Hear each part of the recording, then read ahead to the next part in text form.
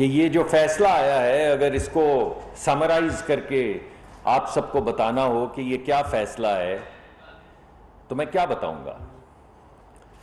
تو میں آپ سے یہ کہوں گا کہ فیصلے میں لکھا یہ ہے کہ اس ملک میں ایک ایسی پارٹی ہے جو کالے دھن سے بنی اور ایک ایسی پارٹی ہے جو کالے دھن سے چلی، یعنی خوب چلی، صاف چلی، شفاف چلی، 355 فورن کمپنیوں سے پیسے لے لیے، باہر کے ممالک سے پیسے لے لیے، اگر کسی کا نام لیا رومیتا تو اس کو بھابھی بنا لیا، رومیتا شیٹھی صاحبہ کو، کسی کو بھابھی بنا لیا، کسی کو بھاوج بنا لیا، کسی کو بیٹی بنا لیا، یعنی ہر بندہ. وہ دو ہمارے اور بھی وہ دوست ہیں، نام میں بھول گیا ہوں، ایک تو پتہ نہیں چرندیپ سنگھ صاحب تھے اور ایک اور تھے کوئی صاحب، وہ تمام اصحاب جو ہیں، کوئی بیٹا ہے، کوئی بھاوج ہے، کوئی بھتیجا ہے، کوئی بیٹی ہے، کوئی غیر ملکی نہیں ہے. تو میں آپ کو آج یہ بتانے آیا ہوں کہ 350 کمپنیاں جن کا ریکارڈ ان کے دور میں، یعنی پی ٹی آئی کے دور میں ساری انویسٹیگیشن ہوئی، اسٹیٹ بینک جس کا گورنر پی ٹی آئی نے لگایا ہوا تھا اس کے ذریعے ایک ایک اکاؤنٹ کی تفصیل جو ہے وہ الیکشن کمیشن کو دی گئی. کس نے دی ایک ایک اکاؤنٹ کی تفصیل؟ ہم نے نہیں دی، اسٹیٹ بینک آف پاکستان نے دی. وہ کس کے ساتھ کام کر رہا تھا؟ کون سربراہ تھا ملک کا؟ عمران خان صاحب. کس نے لگائے ان کے وہ مہاراج گورنر جو لگائے تھے؟ عمران خان صاحب نے. اور انہوں نے یہ تمام کاغذات الیکشن کمیشن کے سامنے بھیجے جس میں کہا گیا کہ 350 355 54 غالباً کمپنیاں جو پاکستانی کمپنیاں نہیں ہیں، جو فورن کمپنیاں ہیں، جن سے پیسہ لینا پاکستان میں کالا دھن قرار دیا گیا، انہوں نے پیسہ لیا مگر یہ پھر بھی صاف چلے، شفاف چلے. انہوں نے وہ تمام لوگ جن کے نام میں نے آپ کو گنوائے ان سے پیسہ لیا، وہ فورنر ہیں، بھاوج، بھتیجی، بیٹا، ہر بندہ، کوئی ہندوستان سے ہے، کوئی اسرائیل سے ہے، کوئی بھاوج بھی وہیں کی اور بھتیجا بھی وہیں کا اور چچا بھی وہیں کے، مگر صاف چلی، شفاف چلی. تو کمال ہے. آپ غیر ملک جو ہیں باہر کے ان سے بھی پیسہ لے لیں، آپ بین الاقوامی یا فورن کمپنیوں سے بھی پیسہ لے لیں، آپ باہر کے لوگوں سے بھی پیسہ لے لیں، مگر آپ پھر بھی صاف چلے، شفاف چلے. یعنی کمال نہیں ہے؟ چلیں اس کو چھوڑیے. آپ کو یاد ہوگا، پارٹی کو چھوڑتے ہیں، لیڈر کی بات کرتے ہیں. آپ کو یاد ہوگا کہ سارے کہتے تھے کہ ان کے اے ٹی ایم ہیں، اور پھر نام بھی لیے جاتے تھے مختلف اشخاص کے. ہم بھی لیتے رہے کہ ان کی پارٹی کے بھی لوگ جو ناراض ہو کے جاتے رہے وہ اے ٹی ایمز کے نام لیتے رہے، ہم اکیلے نہیں تھے. لیکن اس فیصلے سے ثابت یہ ہوا کہ یہ اے ٹی ایم صرف پاکستان کے نہیں ہیں، یہ بیرونی اے ٹی ایم بھی ہیں. یہ تمام جو آپ کے سامنے مسودہ آیا ہے جس میں تمام نام لکھے پڑے ہیں، وہ آپ کو صرف ایک بات بتا رہے ہیں کہ پاکستان کا وزیر اعظم، پی ٹی آئی کا سربراہ، اس کے اے ٹی ایم صرف لوکل نہیں ہیں، پاکستانی نہیں ہیں، بلکہ بین الاقوامی بیرونی اے ٹی ایم ہیں ان کے. اور جو ہم کہتے تھے نا یہ کٹ پتلی ہیں، آپ کو یاد ہوگا، روز فلور پہ کوئی کہتا تھا کٹ پتلی، کٹ پتلی، کٹ پتلی حکومت، کٹ پتلی وزیر اعظم. اب پتہ چل گیا کس کے کٹ پتلی تھے. اب آپ کے سامنے آ گیا نا، کیونکہ ہم بھی یہی سمجھتے رہے یہ ہمارے ہی ہاتھوں پہ آلے، یہاں ادھر ادھر دائیں بائیں سے کسی کی کٹ پتلی ہیں. نہیں بھائی، یہ تو ایک بین الاقوامی کٹ پتلی ہیں، یہ تو بیرونی طاقتوں کے ہاتھوں میں کٹ پتلی ہیں. یعنی کمال نوسر بازی کی دکان ہے کہ پیسہ بھی، کالا دھن بھی جو ہے اس سے پارٹی بنی، کالا دھن سے پارٹی چلی. کمال نوسر بازی ہے کہ آپ شوکت خانم کے نام پہ لیں چندہ، یعنی اہتمام کریں، لوگوں کو انویٹیشن بھیجیں کہ کار خیر کے لیے، اللہ کی راہ میں کام کرنے کے لیے پیسے اکٹھے کیے جا رہے ہیں. اگر میری بات کا یقین نہیں تو مدثر نظر صاحب کا انٹرویو دیکھ لیں. اس وقت سارے ملک کے لوگ سن رہے ہیں، جائیے ڈالیے مدثر نظر انٹرویو یوٹیوب. تو 1 منٹ میں مدثر نظر جن نے ساری زندگی ان کے ساتھ گزار دی، وہ کہہ رہے ہیں یار ہم تو وہاں پہ سمجھ رہے تھے کہ شوکت خانم کے لیے یہ خیراتی کام کے لیے چندہ ہو رہا ہے، یہ خیراتی کام کا چندہ تھا۔ تو کیا نوسر بازی کی دکان ہے؟ کسی کو شوکت خانم دکھایا، چندہ لے لیا، کسی کو کچھ اور دکھایا، چندہ لے لیا۔ یعنی جس شخص کو آپ کسی خیراتی کام کے چندے کے ساتھ ٹرسٹ نہ کر سکیں، آپ اس کو ایک نیوکلیئر ملک کی سربراہی کے ساتھ ٹرسٹ کریں گے؟ سوچیں، یہ آپ کے سوچنے کی بات ہے۔ میں تو یہ کہوں گا کہ وہ جو ٹرسٹی ہیں، وہ ٹرسٹی فرائیڈے شوکت خانم کے ٹرسٹیز کی بات کر رہا ہوں، وہ ٹرسٹیز جو ہیں وہ ذرا رپورٹ پڑھیں، وہ کتاب پڑھیں، دا کی مین کتاب پڑھیں، وہ سائمن صاحب کی جو کتاب لکھی ہے دا کی مین، اس کتاب کو پڑھیں اور دیکھیں چندے کے نام پہ کیا ہوا ہے۔ اگر کسی میں کتاب پڑھنے کی طاقت نہ ہو، موٹی کتاب ہے، تو وہ فائنینشیل ٹائم کا وہ اداریہ، وہ جو رپورٹ آئی تھی وہ صرف پڑھ لیں، خبر پڑھ لیں اور پوچھیں اپنے آپ سے یہ ٹرسٹی کہ ان کے ساتھ کیا ہوا ہے۔ اور اگر اس پہ یقین نہ آئے تو الیکشن کمیشن کا فیصلہ پڑھ لیں۔ سبھی جھوٹ بول رہے ہیں، اسٹیٹ بینک بھی جھوٹ بول رہا ہے جس کا سربراہ انہوں نے خود لگایا تھا، الیکشن کمیشن بھی جھوٹ بول رہا ہے جس کا سربراہ انہوں نے خود لگایا تھا، وہ جو انکوائری کمیٹی بنی تھی ان کی حکومت کے میں وہ بھی جھوٹ بول رہی ہے، جس کو خود ان کے دور میں جو اپوائنٹ ہوئی تھی، سب جھوٹ بول رہے ہیں۔ مدثر نظر صاحب بھی جھوٹ بول رہے ہیں، وہ بھابھی شیٹی، کیا سمیتا شیٹی ہے جو ان کا نام ہے، انہوں نے کوئی ٹویٹ کیا کہ میں تو سمجھ رہی تھی کسی عمران خان ایکٹر کے نام پہ میں چندہ دے رہی ہوں۔ ایکٹر کو ہی دے رہی تھی، ایکٹر کو ہی دے رہی تھی۔ ان کو میرا پیغام ہے کہ آپ نے غلط چندہ نہیں دیا، آپ نے چندہ بھابھی صحیح دیا ہے، ایکٹر کو ہی دیا ہے۔ تو یہ سب چندے وندے چلتے رہے، and yet as I said before, Brutus is an honourable man. کیا خوب بات ہے۔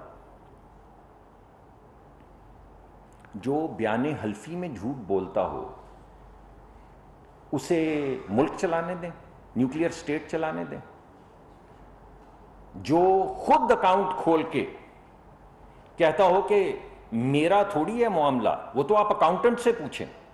بیان حلفی دیں، اس بیان حلفی کے پیچھے جو اکاؤنٹ ہیں وہ خود کھولے ہوں، کچھ اپنے سگنیچر سے کھولے ہوں، اور کہیں اکاؤنٹنٹ سے پوچھیں، تو بھائی اکاؤنٹنٹ کوئی نہ وزیر اعظم بنا دیں، اکاؤنٹنٹ کوئی نہ پی ٹی آئی کا سربراہ بنا دیں۔ اور اکاؤنٹنٹ بھی ایسے منہ سے نکل گیا، کہنا اے ٹی ایم چاہتے تھے، اکاؤنٹنٹ منہ سے نکل گیا، تو اے ٹی ایم کو بنا دیں پارٹی کا سربراہ، یا اکاؤنٹنٹ کو بنا دیں ملک کا وزیر اعظم۔ ان سے نہیں پوچھیں، کیونکہ یہ تو صاف چلے، شفاف چلے۔ سب جھوٹ بولتے ہیں، اسٹیٹ بینک بھی جھوٹ بولتا ہے، الیکشن کمیشن بھی جھوٹ بولتا ہے، وہ فرائیڈے وہ کیا تھی، وہ فائنینشیل ٹائمز والا بھی جھوٹ بولتا ہے، کی مین کی کتاب بھی جھوٹ بولتی ہے، جو فیصلہ آیا ہے وہ بھی جھوٹ بولتا ہے، ان کی اپنی پارٹی کے سیکرٹری جنرل جو 8 سال سے واویلا مچا رہے وہ بھی جھوٹ بولتے ہیں، جو ان کی پارٹی چھوڑ کے وہ بھی جھوٹ بولتے ہیں۔ صرف ایک سچا آدمی، صادق اور امین،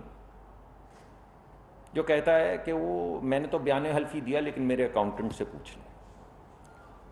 تو نواز شریف کے بھی اکاؤنٹنٹ سے پوچھ لیتے بھائی۔ اس وقت تو آپ نے کہا کہ کمال ہے، اپنے بیٹے سے لے سکتے تھے تنخواہ، نہیں لی تو کیا ہوا، مگر لے سکتے تھے، یہ ویلتھ ہے، آپ نے ویلتھ چھپائی، یعنی اپنے بیٹے سے پیسے نہیں لیے تو ویلتھ بن گئی، وہ نہیں لیے تو ویلتھ بن گئی، اور وہ ویلتھ رپورٹ نہیں کی تو اب آپ صادق اور امین نہیں رہے، بیان حلفی ہے یہ، اب آپ ملک کے وزیر اعظم نہیں رہے، پارٹی کے سربراہ نہیں رہے، اور یہاں پہ کیا نوٹنکی ہے؟ کبھی دیکھی آپ نے ایسی نوٹنکی؟ کبھی سنی؟ خیر کیا کریں، ایک بات ثابت ہو گئی بڑی اہم، اور وہ یہ ہے کہ پیسہ پھینک تماشا دیکھ، یعنی پیسہ دیں کام کروائیں، یہ بات ثابت ہوئی بس۔ 450 کنال زمین دیں، ملک ریاض صاحب نے دی، لکھی پڑھی ہے آپ کے سامنے، 450 کنال زمین دیں اور کابینہ کے ساتھ نوسر بازی کر دیں، یعنی کابینہ کے اندر ایک کاغذ لکھیں جو کابینہ کے ممبران کو نہ دکھائیں اور اس کے ذریعے پروٹیکشن دیں، اور وہ قانون جس کے تحت جو بھی پیسہ بسٹ ہو، اللیگل کالا دھن جو انگلستان میں پکڑا جائے، وہ صرف اس ملک کو دیا جا سکتا ہے جہاں سے وہ آیا ہو۔ یعنی اس سے پہلے وہ کون سے دو ممالک تھے؟ نائجیریا کا پیسہ پکڑا گیا تو نائجیریا گیا، شاید ایک اور ملک تھا وہاں کا پیسہ پکڑا گیا، کون سا ملک تھا، آذربائیجان یا کوئی، تو وہاں گیا۔ پاکستان کا پیسہ پکڑا گیا تو جس کا پیسہ پکڑا گیا اس کے اکاؤنٹ میں جمع کروا دیے۔ جمع کس نے کروائے؟ وزیر اعظم پاکستان نے ایک سیکرٹ ڈاکیومنٹ کے تحت، جسے سیل کر کے بغیر کابینہ میں دکھائے، سیل کر کے بند کر دیا، یہاں سے اپنا ایڈوائزر بھیجا۔ وہ کیا تھا نام ان کا بھلا سا؟ مرزا شہزاد اکبر۔ ہاں، کہاں ہیں وہ جنہوں نے ملک کی خاک کے ساتھ خاک ہو جانا تھا، کہیں جانا نہیں تھا۔ خاک ہو جائیں گے ہم، تم کو خبر ہونے تک بھائی وارنٹ نکلے ہوئے ہیں، آئے نا۔ لندن گئے، وہاں جا کے ایک سیکرٹ ڈاکیومنٹ سائن کیا، جس کی وجہ سے $250 ملین جو پاکستان کو ملنے تھے وہ ملک ریاض صاحب کو مل گئے واپس۔ کیا نوسر بازی ہے، کمال نہیں ہے؟ اور پھر بھی ہم سب کہتے ہیں صاف چلی، شفاف چلی۔ اور وہ عارف نقوی صاحب 2 ملین پاؤنڈ، صرف 2 ملین پاؤنڈ دے کے انہوں نے $1 ارب، یعنی اب تو ڈالر گر گیا ہے، تو اب وہ پرسوں میں نے آپ کو کہا تھا 250 ارب کا فائدہ دیا، وہ اب 220-25 ارب کا رہ گیا ہے۔ انشاءاللہ ہم اس کو 180 ارب تک کا کر دیں گے۔ لیکن میرے بھائی نے تو $1 بلین کا، یعنی آج کی رقم میں 230 ارب روپے کا فائدہ دے دیا، اور کیا لیا اس کے بدلے میں؟ 2 ملین پاؤنڈ۔ جو شخص 2 ملین پاؤنڈ یا 450 کنال میں خریدا جا سکتا ہو، آپ مجھے بتائیے اس کو ملک کا، ایک نیوکلیر ملک کا وزیر اعظم لگائیں گے آپ؟ جو شوکت خانم کے چندے سے اپنے ٹرول چلاتا ہو، سننے آیا گھر کا خرچہ بھی چلاتے ہوں، چلے میں نہیں کہتا، سننے آیا، میں نے اگنور کیا، لیکن ٹرول تو چلائے، پارٹی تو چلائی، دھرنے تو دیے۔ اب آپ کو پتہ چلا یہ تمام پیسے کہاں سے آ رہے تھے، اور وہ کون سی بیرونی طاقتیں تھی جو یہ پیسے دے رہی تھی۔ تو میں آپ سے یہ کہوں گا کہ ایک شخص جو اتنی بڑی نوٹنکی کا موجد ہو، جس نے اتنی بڑی بین الاقوامی ایک نوسر بازی کا پورا نظام بنایا ہو، جس کے ارد گرد ہر شخص مشکوک ہو، ہر شخص، یعنی آپ کو یاد ہوگا 1990 کی دہائی میں جب کالا دھن سفید کروانے کی پہلی اسکیم پاکستان میں آئی تو کس نے سب سے پہلے کالا دھن سفید کروایا؟ عمران خان صاحب نے، چیک کر لیجئے۔ اور اب جتنی دفعہ وہ اقتدار میں آتے ہیں، طاقت میں آتے ہیں، کیا کرتے ہیں؟ کالا دھن صاف کرنے کی اسکیمیں نکالتے ہیں۔ یہ بھائی اگر کالا دھن صاف کرنا اتنی بری چیز ہے کیونکہ منی لانڈرنگ کے پیسے ہیں، کیونکہ چوری کے پیسے ہیں، کیونکہ آپ اس کے خلاف ہیں، تو یہ جو آپ نے 4 سال اسکیم چلائی ہے ریل اسٹیٹ والی، جس میں آپ نے بین الاقوامی کالا دھن آپ نے دعوت دی، لے کر آئیں، کوئی سوال نہیں پوچھیں گے، پاکستان کا کالا دھن انویسٹ کریں، کوئی سوال نہیں پوچھیں گے، یہ کیا تھا؟ یعنی آپ کا کالا دھن بھی سفید اور لوگوں کا سفید دھن بھی کالا۔ کیا حیرانگی کی بات ہے۔ پاکستان کے 3 ہی قانون تھے میرے دوستو، 3 بین الاقوامی، بیرونی فارنرز سے پیسہ نہیں لے سکتے، لے ڈالا، فورن کمپنیوں سے پیسہ نہیں لے سکتے، لے ڈالا، کسی بیرونی ملک سے پیسہ نہیں لے سکتے، لے ڈالا،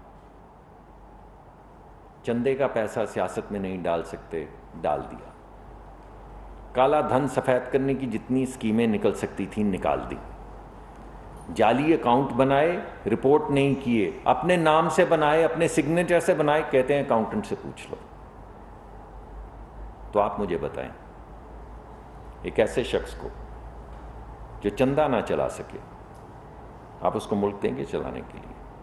بہت بہت شکریہ جی۔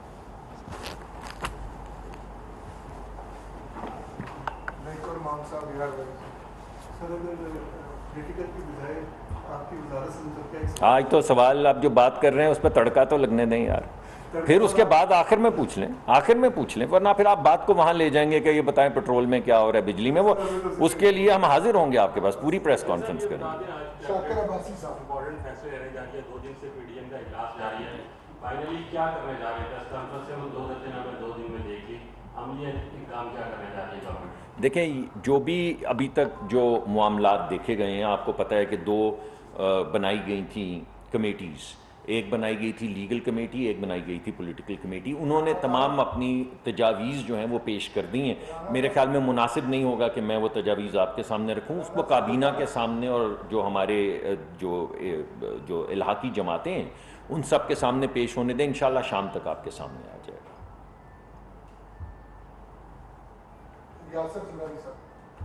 سر اسرائیل کے ساتھ بھی فنڈنگ کا جو ہوا کہ جی انہوں نے فنڈنگ وہاں سے دی، کوئی عام آدمی کسی کا تعلق اگر اسرائیلی فنڈنگ سے ہوگا تو اس کی گرفتاری فوراً جو ہے وہ عمل میں آئے گی، اس کے عزائم میں رکھنے کی۔ تو حکومت جو ہے آپ نے بتایا کہ شام تک جو ہے پتہ چلے گا، لیکن کیا حکومت جو ہے ان کی گرفتاری کا ارادہ رکھتی ہے یا نہیں رکھتی؟ جی حکومت قانون کو فالو کرنے کا ارادہ رکھتی ہے، جو چیزیں قانون میں ہیں بالکل ہم کوئی تاثر نہ دینا چاہتے ہیں، نہ کوئی ایسی چیز ہوگی کہ وکٹمائز کیا جائے۔ اگر قانون جو کہتا ہے انویسٹیگیشن کرنے کا طریقہ، اگر وہ بغیر حراست کے انویسٹیگیشن کی جا سکتی تو بغیر حراست کے کی جائے گی۔ اگر کسی ایسے جرم کے لیے جس میں زیر حراست کسی کو لینا ہو تو اسے زیر حراست، اس میں تفریق نہیں کی جائے گی۔ ایسا نہیں کیا جائے گا کہ انہیں پکڑ لیں انہیں چھوڑ دیں۔ جو قانون کہے گا قانون کے مطابق چلیں گے، کوئی ناجائز چیز نہیں ہوگی، کوئی انتقامی کارروائی نہیں ہوگی۔ یہ رپورٹ جو جس کا میں ساری چیزوں کا ذکر کر رہا ہوں، یہ سب فیصلے میں لکھی پڑی ہے۔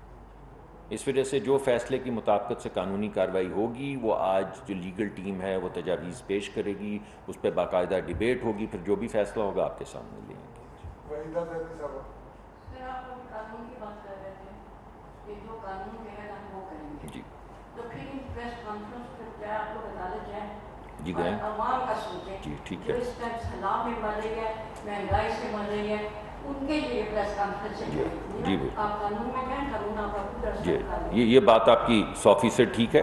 اسی وجہ سے آپ کو پتہ ہے اس سے پہلے جتنی بھی پریس ٹاکس ہوئی ہیں وہ میں نے اپنی منسٹری کے حوالے سے آپ کے سامنے، جو ہماری گیس وقت پہ نہیں لی گئی وہ بھی آپ کے سامنے پیش کی، جب $2 $3 کی مل رہی تھی نہیں لی وہ بھی آپ کے سامنے پیش کی، بلکہ ابھی بھی یہ جو مقدمہ میں نے آپ کے سامنے پیش کیا ہے اس کا تعلق بجلی سے ہے، یعنی کوئلے کا جو کارخانہ لگانا تھا، جو کہ 15 سال پرانا کانٹریکٹ تھا، جو کمٹمنٹ تھی کہ الیکٹرک کی کمٹمنٹ تھی، کنٹریکچول کمٹمنٹ تھی کہ آپ کو بیچی گئی، اس کی ایک شرط یہ ہے کہ آپ کراچی کے لوگوں کے لیے خود بجلی پیدا کریں گے۔ انہوں نے ایکسٹینشنز لیں مگر کمٹمنٹ سے ان کو کسی نے نہیں چھوڑا۔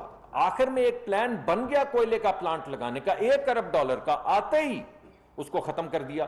جون 2020 میں کیبنٹ کمیٹی آف انرجی کی ایک میٹنگ کے اندر بیٹھ کے یہ فیصلہ کیا گیا یونیلیٹرلی کہ آپ کی جو بھی $1 ارب کی کمٹمنٹ تھی کہ آپ نے کراچی کے لوگوں پہ وہ خرچ کرنا ہے، آج سے ہم نے آپ کو چھوڑ دیا۔ اب کوئی بھی حکومت آنے والی واپس جا کے الیکٹرک کو نہیں کہہ سکتی کہ آپ کا وعدہ تھا جب آپ نے خریدی تھی، اس وعدے سے معافی دے دی، $1 بلین کی معافی، 250 ارب کی معافی، اور 2 سے 3 ملین پاؤنڈ کے لیے۔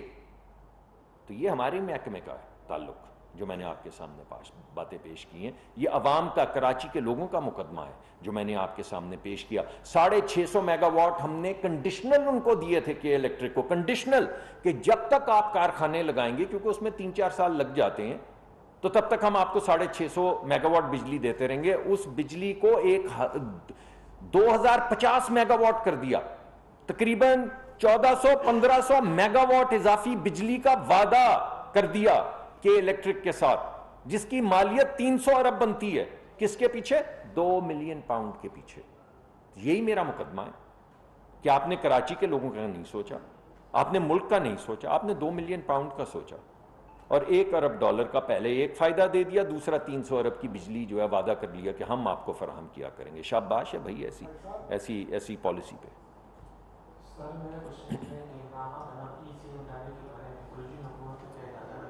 سوری وہ آج فیصلہ سامنے آ جائے گا. مجھے نہیں معلوم, وہ اگر سمجھیں گے کوئی ایسی چیز تو کر دیں گے, نہیں سمجھیں گے مناسب تو رہنے دیں گے. بہت شکریہ جی.